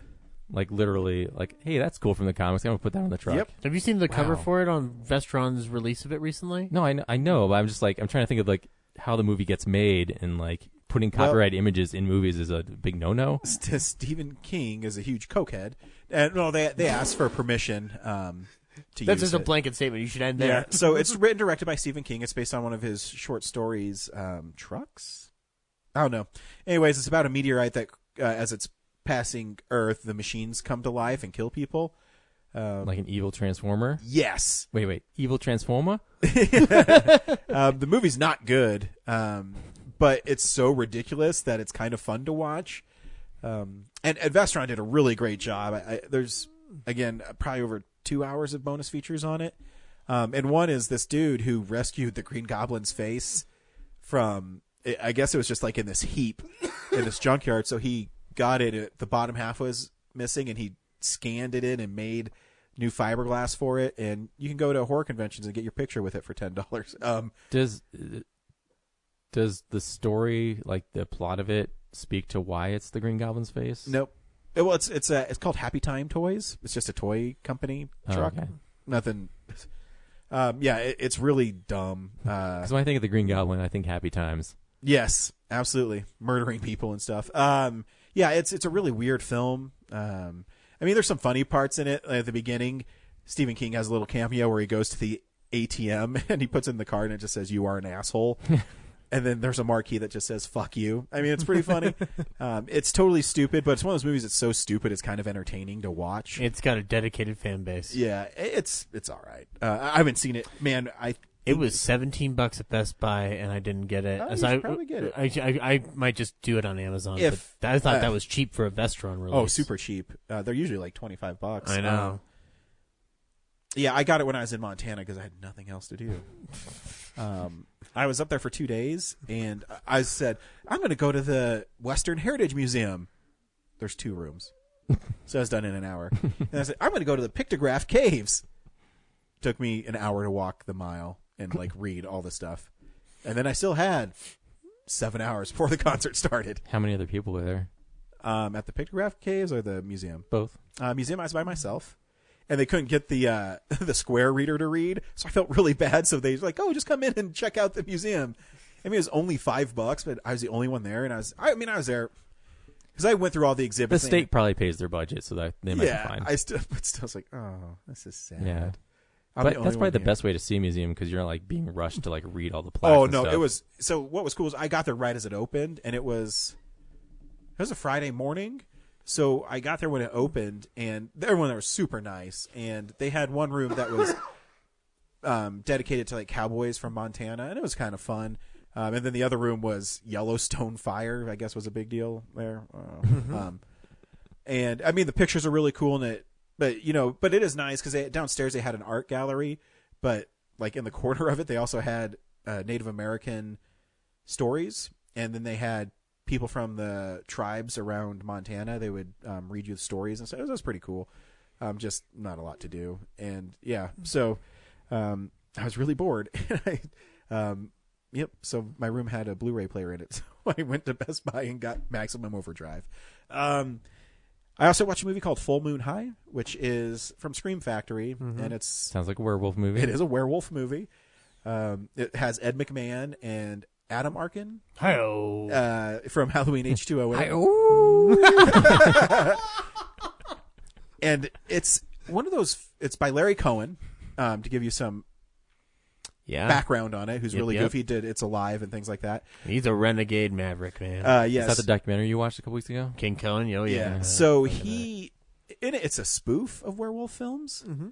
And some of the jokes are really funny, and then some of them don't land at all. So it's an hour and a half long, but it seems really long because some of the jokes are really funny. So Ed McMahon is Adam Arkin's dad, and they go to Romania for vacation, and they're flying on socialist airlines, and they don't get anything on it. It's pretty funny.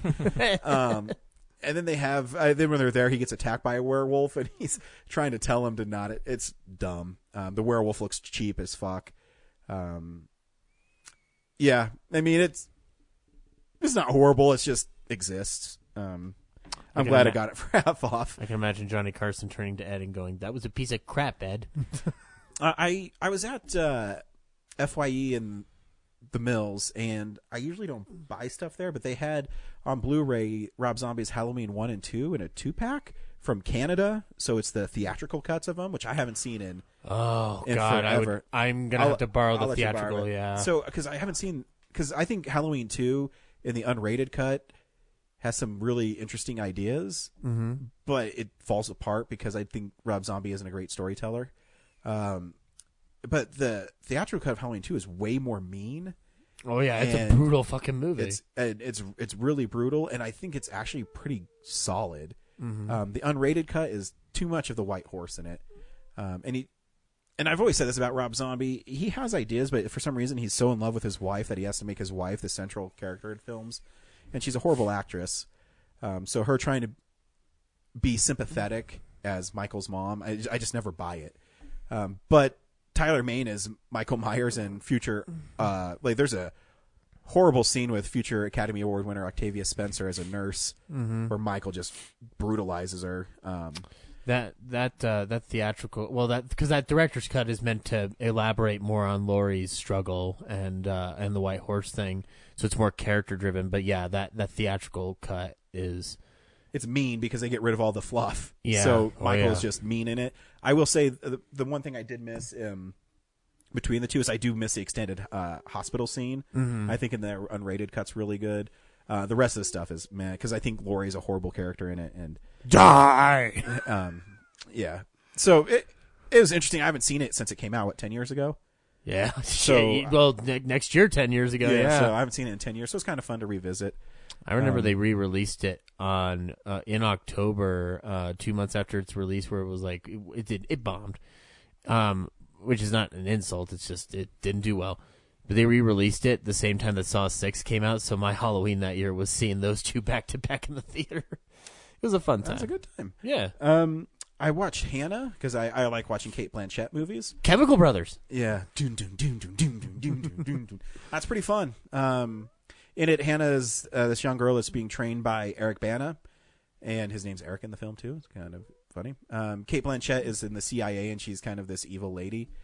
And Hannah, they're looking for Eric Bana's character, and Hannah wants to get out of wherever they're hunting in the wilderness, and it's just basically her trying to figure out who she is. And So you watched Logan? Yeah, pretty much. I remember the scenes in the carnival, I think it is, when she's hanging out with that family.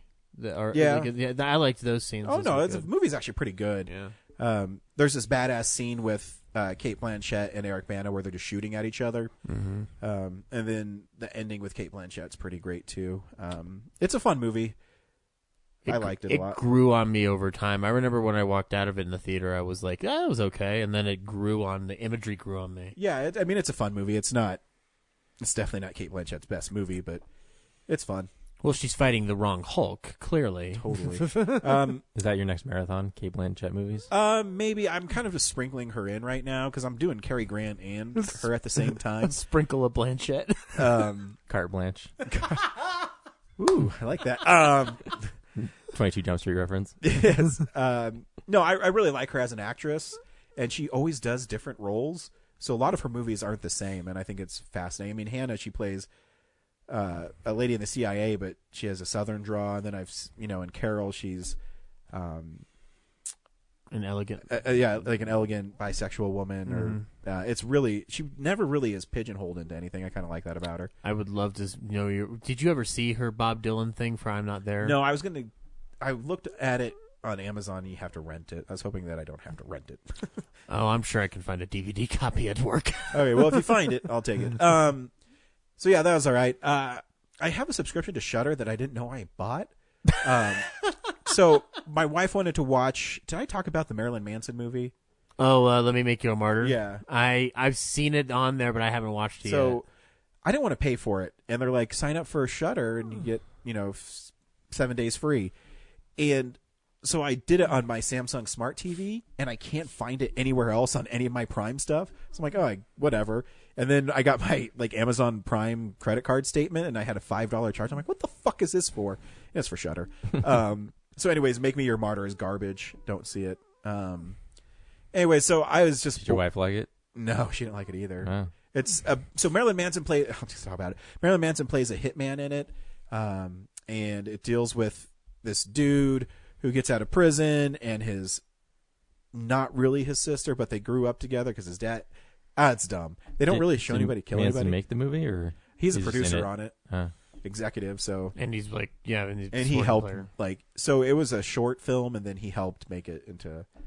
If you like artsy fartsy hitman movies that don't show anybody being killed, I mean, I guess you can watch it. It was boring as fuck. It was an hour and 40 minutes. It seemed like it was 3 hours long because nothing happens. Even my wife didn't like it, so that says something. That says something, yeah. Anyways, so Shudder doesn't have like a huge variety of stuff, but I found it. It's on my smart TV. There's an app I have for it that I didn't know I downloaded. And anyway, so I was just fucking around on there, and I remember reading about this movie called Bait. It's an Australian shark film, and I said, you know what? I'm going to watch Bait. With Jamie Foxx in it? No, there is one with Jamie Foxx. In it, it's about this tsunami that strikes Australia, and these people are trapped in a grocery store, and in the aisles is a 12-foot great white shark.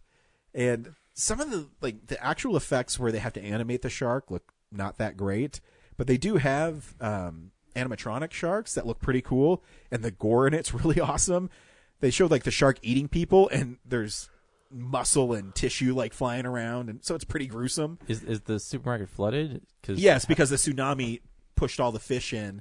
Are the people underwater then? No, they're on top of the shelves in the aisle. Oh, so okay. the shark's swimming in between them. Well, that sounds cool.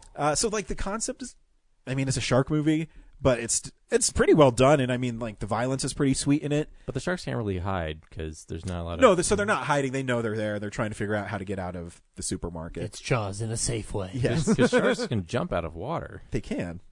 And he does a couple times. Deep blue sea at a King Super. There is a sweet scene where this dude is trying to crawl through the vents, and you already know what's going to go. So he's hanging from a rope, above the water, and sure as shit, the shark comes up and bites him and pulls him down, and in his half is all his intestines fly out. I'm like, oh, that's pretty sweet. And it was made for 3D, so there's some really cheesy 3D shots in it. Not so much with a couple with the shark, but more so there's fish swimming in front of the screen and stuff. So it's hey, here, this is 3D. And the last thing I watched was Resident Evil Vendetta, which is a CGI film that came out last year that I never got around to watch in 4K, and it looks actually pretty great in 4K. It's pretty badass. The problem with Resident Evil, the CGI stuff, is the stories are super convoluted, and this one's not that much different. You have to have a huge knowledge of the Resident Evil series to just watch them, because you can't go into them cold because, here's this character, this is what they're trying to introduce, this is what that is. But the basic story is this pharmaceutical guy is introducing a zombie virus to New York City because the U.S. government killed his family, and he's a weapons dealer, and so he's dealing with a biological weapon. And Chris Redfield and Leon Kennedy, the two big main stars of Resident Evil, team up. And there's some badass choreographed action scenes where they're in a hallway and they're killing zombies, but they're doing it in a really badass way. There's this one part where Chris Redfield has an M15, and he's wasting zombies, and he runs out of bullets, so he jams the gun into one zombie's head, and then he reloads it and starts shooting through the zombie's head. It's super gory, and it's pretty badass. So if you can get through that, the action parts, it's pretty sweet. And it looks great. If you want to watch, violent zombie carnage, you could do a lot worse. It's probably the best Resident Evil movie, to tell you the truth. Is it CGI animated like the Final Fantasy movies? Yeah. So it's still, it's by Sony. So it looks really good. And the 4K, I was comparing the two, and you can see textures a little more, on coats and things like that. The blood's a little brighter. The lighting looks a little sharper. And I think that's pretty much all you can do with 4K computer animated movies. I think it just pops a little more. But yeah, it was pretty sweet if you like zombie carnage. Sweet. That's what I watched this week. Speaking of carnage, The movie this week is Overlord. Zach, should people see Overlord? Oh, fuck yeah. I loved this movie. It kind of catered to a lot of different things I enjoy watching on a regular basis. And the cast is phenomenal. The horror element is not like super scary, but just super fun, and like there are moments of true terror. So like, yeah, I would definitely go check it out, and quick, because I don't know how long it's gonna be in theaters. Brad? I didn't get to see it. Shit. Yeah, you should definitely see this film. It's what was really cool about this film is it actually started out as kind of a scary war film, and then it morphed into. And I should mention in my tweet, I said this is Nazi zombies. Really, not Nazi zombies. Mm-hmm. It's more of human experiments going awry. Yeah. And so yeah, it's 75% a war film, and then it deviates into sci-fi horror, like thriller, a mutation thing. Yeah. But no, I freaking like the title card. You talked about it earlier. I loved the title card. Overlord. Yeah, it looked like old Paramount films. Yeah, it was awesome. And it was really cool how it started. Well, here's a trailer.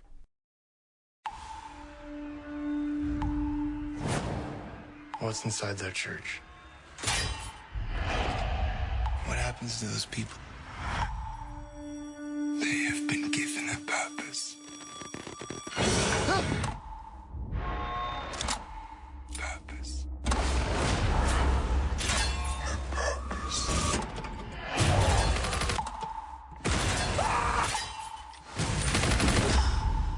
A purpose. Chase? He's dead.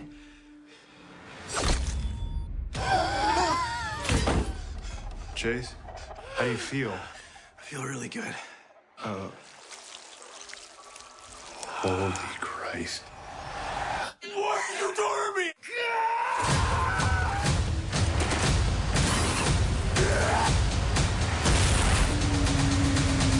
Overlord. Rated R. So, quick thing. I had a terrible experience seeing this film with the digital file being corrupted, and the theater I went to not knowing how to handle their shit. So I didn't get to hear the cool music and like it whatever. But it starts out as a fucking like horrific ordeal paratrooping out of a plane. I love the combination of horror with war in this context, because it doesn't rely on its B-movie tropes, even though they are clearly there. Yeah, it starts out as an A war film. Yeah, because it starts with these dudes who are paratroopers, and it's June 5th, so it's the day before D-Day, and their job is to land behind enemy lines and take down a tower to help the Allies invade Normandy. Right. And before they get there, their plane shot up. People are getting killed. That sequence on the plane, it's intense. It's like it's that CG where I know it's CG, but I don't care because it's blending very well for my eyes. I think it's stylized. Yeah, so it has that cool war film to it. And that shot where he, when he finally jumps out of the plane, and it's super tight on him. So it's almost like the opposite of Mission Impossible Fallout this year when they're outside of the plane. I don't know who that actor is. He's really good though. What else is he in? I don't know. The only actor I recognized was Kurt Russell's son. I mean, he's really great in it too. That family's got great genes, man. I'm telling you. Oh yeah, well he's great in that film too. He plays a corporal who. It's really fascinating. The film starts as the horrors of war, where they only 5 or 6 of them are left, and as they're walking to their mission, one dude steps on a landmine. Yeah. Oh my God. # justice for his cookbook. Yeah. Fuck. So that dude dies. It's the horrors of war, and you don't know, and you meet with this family and the reign of terror in a French village. The girl that they encounter on the way, and then she holds them up she provides them shelter while they're trying to figure out how to execute their plan. She's great in the film. Oh yeah, she's amazing. I put her name on the Instagram page, but I don't remember it off the top of my head. But she's just fucking wonderful. Eventually they get to this town and to take down this tower, and while they're there, they discover that there's a lot more to it than just this radio tower. The Nazis which they did. Are doing human experiments. And now, granted, though, this is a sci-fi version of that story. So basically, they have spoilers. They have found a well underneath this church that brings people back to life, but also grants them superhuman kind of abilities. And that's where the movie kind of goes. The last 3/4 of it is them trying to fight. To fight the mutation. Yeah. It takes that notion of the experimentation and like turns it into a B movie premise, but it doesn't do it in an insulting way, which I appreciate.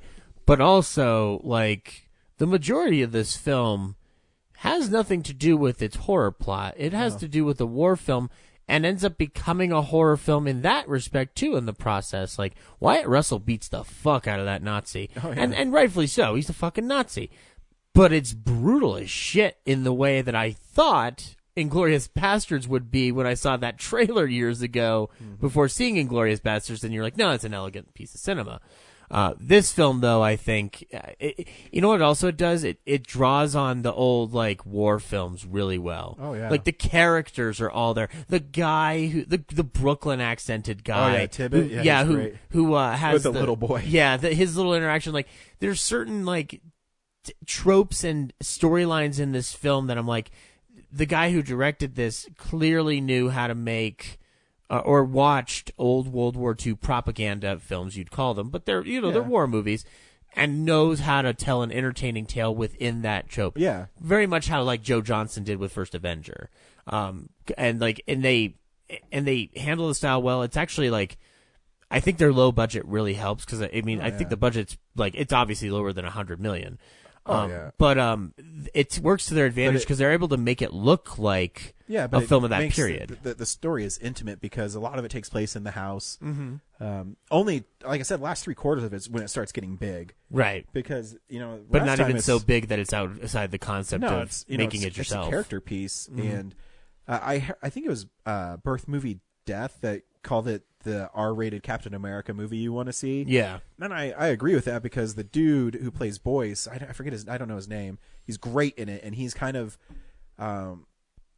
He's our beacon in it. He's the guy who's always trying to do the right thing, and the practical makeup effects in it are amazing. Oh yeah. I don't even know like the main villain dude's name, but when his face is like half gone, it's pretty. I call him not Michael Shannon. Yes, that's not bad. The first scene when Boyce is going through the labs and whatnot, and that. The thing that like jumped out at me and freaked me out, two things. One is there's like they're breeding their mutants in various different ways and formats and whatnot. They're testing whatever they can, and one of them's in a fucking embryonic sac, something whatever, and like he opens it up, and then the guy's head falls out and goes, "Help me, help me!" And then the other one, in a clear homage to Return of the Living Dead, has a woman who's got her full head, and then it's just the rest of her spinal cord going, like, speaking fucking weird French or German. She's like, saying écoute, which is listen, which I don't know. She's like, please listen, or please listen is what she's saying in French. But it was like, it was so creepy, and I didn't look at it long enough to see if it's like CG or if it's like an animatronic. A little bit. I think it's a blend. Yeah. I think that like her head looks like it's animatronic. And then the spine and stuff is... It did a good job with the whole, like... It's funny, like, if you made this strictly with animatronics and, like, Savini makeup in the 80s, it'd be just as effective. Also, the establishment of the village and whatnot, and the way they shoot it, makes it look like it's a set, which is really neat. Because it can function both ways. Like Absolutely. but it kind of feels out there and otherworldly, and I totally dig it. Oh, I think the film was awesome. It's one of those films that I started doing a pre-film explosion list because we're getting close, and I have like 24 films on it, and I got to find a way to whittle them down. And I don't know how I'm going to do it with this one. I really like this movie. I do too, and that's what's tough because there's a lot of stuff that's been coming out lately that I really want to. Because I was going to do this huge joke for number 10, where I was going to do The Rock, and it's going to be Rampage and Skyscraper. Do it by Movie Star. Yeah, but there's just too many movies, so I was like, I can't do that. Those movies. they're fun, but they're not good enough to be on the list. I'll tell you right now, Hereditary was on my list, but I think Overlord's knocking it out because I had more fun with Overlord. Hereditary's garbage. But, opinion, but very strong one. Also, I really dug. By the end of the film, Boyce is like, I was like, well, you think they'd the other guys are like, well, you think they'd send us home? And he's like, not until we finish the job. And I was like, oh, fuck yeah. Oh, go kill Hitler. Please make more. It would be sweet if there's a march to kill Hitler. Yeah, shit. And then the end credits, like, I liked how they mixed in that Django Reinhardt, like music mixed with a rap. Like, I'm just like, this film knows exactly what it is and doesn't care. It's awesome. Yeah, no, it's a fun movie. Mm-hmm. I think everybody should see it. Yeah, good on JJ. Actually, it's only credited for the story by Billy Ray, the guy who helped co-write the Hunger Games movies. Mm-hmm. But I guess JJ Abrams also conceived the story too, so that's pretty cool to know. And you know what? Anytime Nazis are killed, it's a good day. Yeah, exactly. That's all I have to say about that. Fuck the Nazis. Yes. So yeah, go see it. Next week on Real Nerds, are we seeing Fantastic Beasts 2? Fantastic Beasts: The Crimes of Gila Point. Yes. I don't know. I didn't see the first one, so I could miss it. Okay. It's either that or Widows, which I think looks interesting. Widows. Oh, God. Do they have the balls to pull this off? Viola Davis can do it. Yes. Gonna pull that. Yeah, I guess it's one of those two things. Or we could see Girl with the Spider's Web. Yep. We'll figure it out, as always. Girl with a Spider's Web into the Spider-Verse. Into the Spider-Verse. Ooh. Man, then next week is Creed 2 and Ralph 2. Wreck-It Ralph 2. We should push one of those. I think I did on the schedule. Excuse me, it's called Ralph Breaks the Internet. But then there's so many. I don't know if we're going to be. I guess December 7th. 1941. A date that will live in infamy. Because I do want to see Anna and the Apocalypse.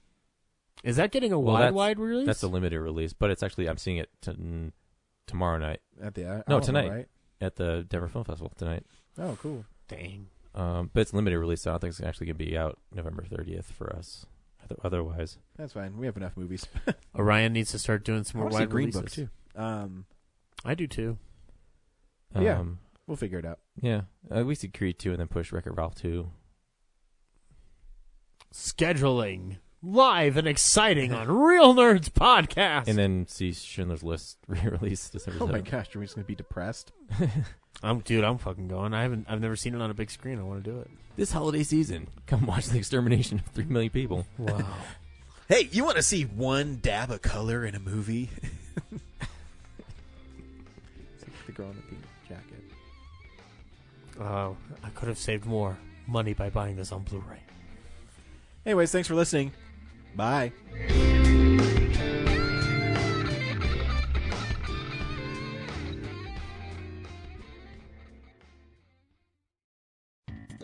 Thank you for listening to this episode of Real Nerds Podcast. Real Nerds Podcast is a production of Nebulous Visions Multimedia. Thank you to Sparks Mandrill and Plan 9 Studios for our kick-ass theme song. Also, if you're in the Denver area and you're looking for a cool place to see movies, we see them at the Alamo Draft House in Littleton and now also in Sloan's Lake. Thank you to Colorado Coins, Cards, and Comics for supplying us with all our comic needs, especially you, Andrew. You know who you are. And a big shout out to James's mom. I'm giving you an electronic hug that you can feel through the airwaves. Thanks for listening, and have a nice day.